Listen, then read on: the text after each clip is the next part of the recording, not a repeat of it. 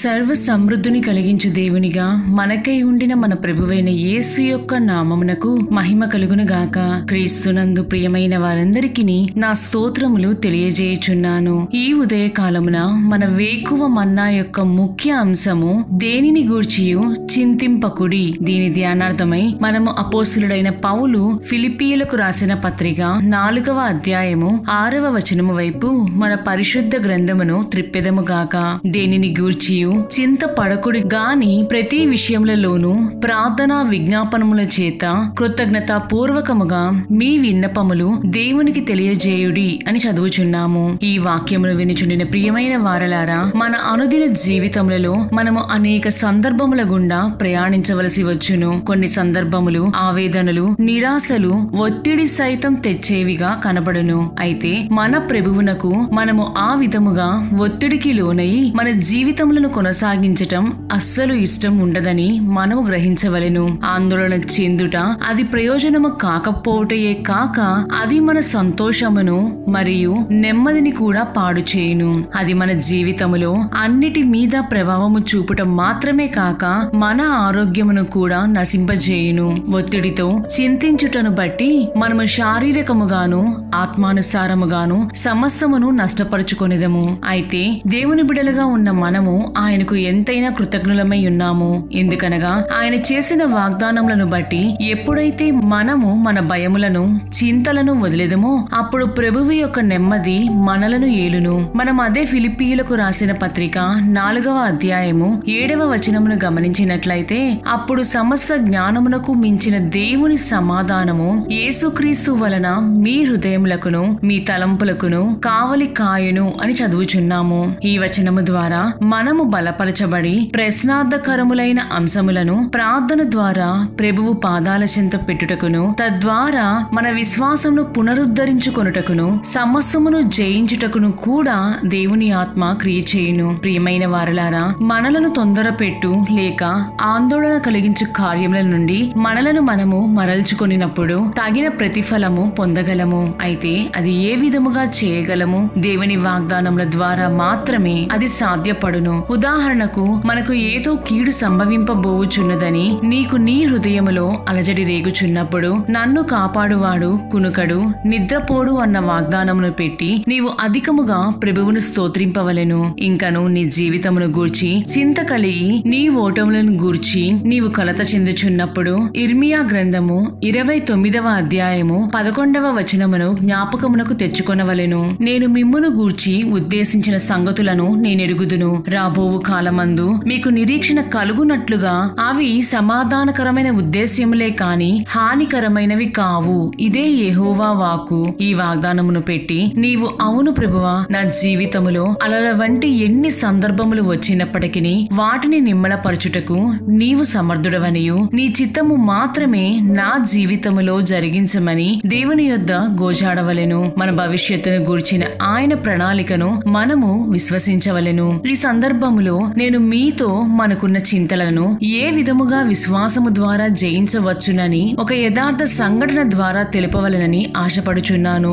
George Miller అనేది ఒక క్రైస్తవ మత ప్రచారకుడు ఇంగ్లాండ్ దేశంలో ఒక అనాథ ఆశ్రమమును నడుపుచూ ఉండెను. అయితే అతను ఆ అనాథ శరణాలయమును నడిపించుటకు గాను కేవలము దేవుని యందు విశ్వాసమును మాత్రమే కలిగి ఉండెను.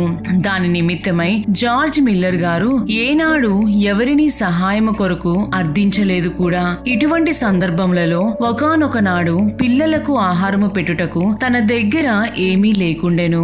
అయినప్పటికీ అతను అధికమైన విశ్వాసము కలిగి పిల్లలందరినీ వరుసగా కూర్చుండబెట్టి ఆయన కూడా వారితో కూర్చొని, మా అందరికీ ఆహారము సమకూర్చినందుకు నీకు కృతజ్ఞతాస్తుతులు తండ్రి అని ప్రార్థించుచుండెను. అక్కడ ఉన్న ఆ అమాయకపు పిల్లలందరూ తమకేదో మంచి ఆహారము సిద్ధము చేయుచున్నారనుకొని సంతోషముగా ప్రభువును స్తోత్రించుచుండెను. అయితే ఆశగొండ ప్రాణములను ఆయన తృప్తిపరిచే దేవుడై ఉన్నారు కాబట్టి ప్రభువు వారికి గొప్ప కార్యమును చేసియుండిరి. అనుకొనని రీతిగా ఒక రొట్టెలు తయారు చేయు వ్యక్తి వారి తలుపు తట్టెను. పిల్లలందరూ తినుటకు సరిపడా మంచి రొట్టెలను జార్జ్ మిల్లర్ గారికి అందజేసెను. ఇంకొక పాల వ్యాపారి తన వాహనము అనాథ ఆశ్రమమునకు ముందుగా కొన్ని కారణాల వల్ల ఆగిపోవుట చేత ఆ పాలు పాడవునని ఉద్దేశ్యముతో ఆ పాలంతటినీ తీసుకొని అనాథ ఆశ్రమమునకు ఉచితముగా ఇచ్చివేసెను. చూసారా ప్రియులారా, జార్జ్ మిల్లర్ గారి యొక్క కదల్చబడని విశ్వాసమును బట్టి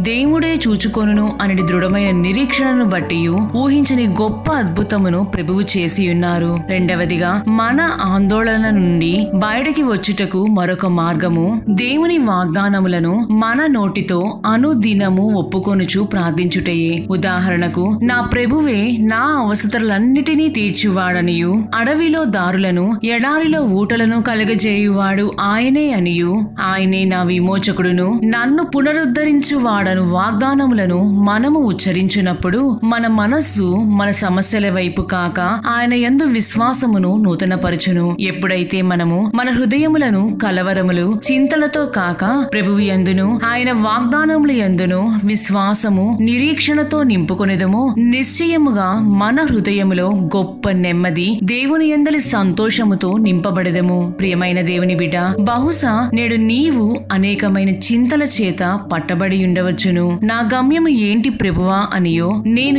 ఏ విధముగా జీవించవలెను అనియో దిగులు చెందుచున్నావా? నీకున్న చింతలను ప్రభువు చేతిలో పెట్టెదవో, లేక వాటిని తలచి నిన్ను నీవు కృషింపజేసుకొనేదవో నిర్ణయము నీ చేతిలోనే ఉన్నదని మరువకుము. నీ విశ్వాసమును తట్టి లేపుకొని దేవుని వాగ్దానముల వైపు నీ గురిని నిలిపి సమస్తమును జయించుటకు అలవరుచుకొనుము. మనము సమస్తమును ఆయన చేతిలో పెట్టినప్పుడు మనము ఊహించని అద్భుత కార్యములను ప్రభువు మన జీవితములో చేయుట మొదలు పెట్టుదురు. దేవుడు మనలను బహుగా ప్రేమించుచున్నారనియు ఆయన మనలను ప్రతి విషయముల యందు నడిపించి మనకు కావలసినవన్నీయును సమకూర్చవలెనని వాంఛించుచున్నారు. ఆయన నిన్ను ప్రేమించుచున్నారు కాబట్టియే నీకు ఆయన సిద్ధపరిచిన మేళ్లు ఎంతో గొప్పవని గ్రహించుము.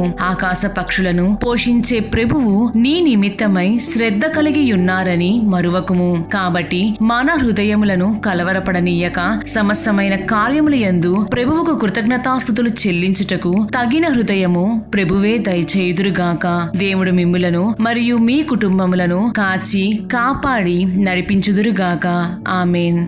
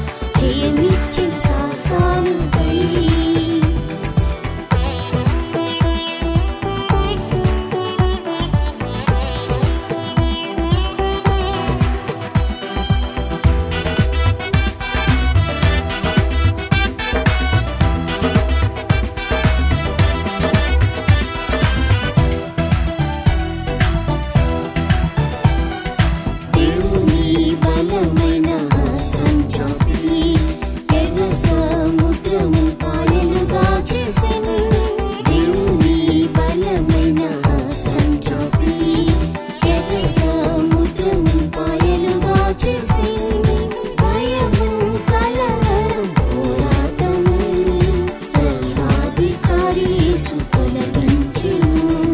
భయము కలవరం పోరాటము సర్వాధికారి యేసు తొలగించెను. స్తుతి స్తోత్రం ఇశ్రాయేలు పాడగా జయమిచ్చెను శత్రువులపై. స్తుతి స్తోత్రం అని మనం పాడగా జయమిచ్చెను సాతానుపై. స్తుతి స్తోత్రం ఇశ్రాయేలు పాడగా జయమిచ్చెను శత్రువులపై. స్తుతి స్తోత్రం అని మనం పాడగా జయమిచ్చెను సాతానుపై. యెహోషువ ప్రార్థించగా మహాదేవుడు సూర్యుని మధ్యాకాశములో నిలిపెను. యెహోషువ ప్రార్థించగా మహాదేవుడు సూర్యుని మధ్యాకాశములో నిలిపెను. మన వీరులను లయం చేయను నీతి సూర్యుడేసు యుద్ధం చేయును. మన వీరులను లయం చేయను నీతి సూర్యుడేసు యుద్ధం చేయును. స్తుతి స్తోత్రం ఇశ్రాయేలు పాడగా జయమిచ్చెను శత్రువులపై.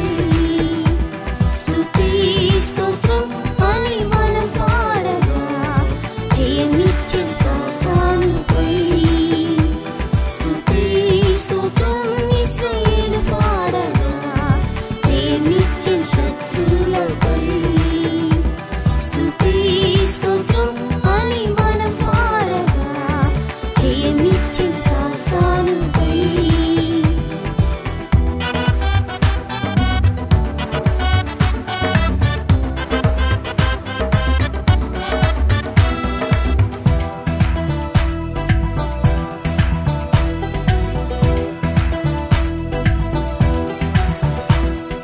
శత్రువు మేషక అబేద్నెగో దేవుడు అగ్నిగుండము నుండి రక్షించెను.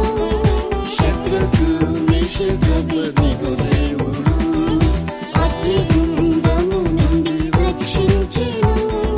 శోధనలు అగ్ని వంటి మహాశ్రమలలో మహిమా స్వరూపి యేసు మనతో ఉండును. శోధనలు అగ్ని వంటి మహాశ్రమలలో మహిమా స్వరూపి యేసు మనతో ఉండును. స్తుతి స్తోత్రం ఇశ్రాయేలు పాడగా జయమిచ్చెను శత్రువులపై.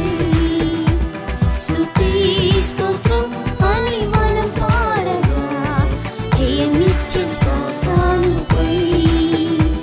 స్తుతి స్తోత్రం ఇశ్రాయేలు పాడగా జయమిచ్చెను శత్రువులపై.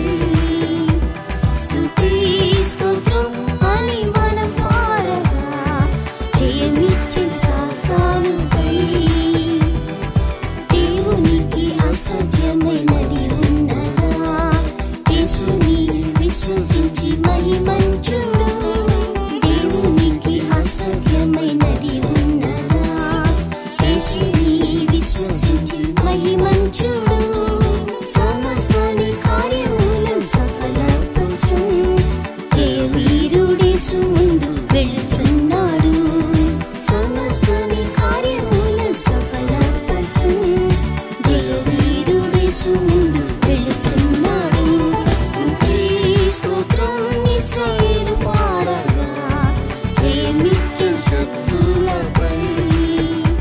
స్తుతి స్తోత్రం అని మనం పాడగా జయమిచ్చెను సాతానుపై. స్తుతి స్తోత్రం ఇశ్రాయేలు పాడగా జయమిచ్చెను శత్రువులపై. స్తుతి స్తోత్రం అని మనం పాడగా జయమిచ్చెను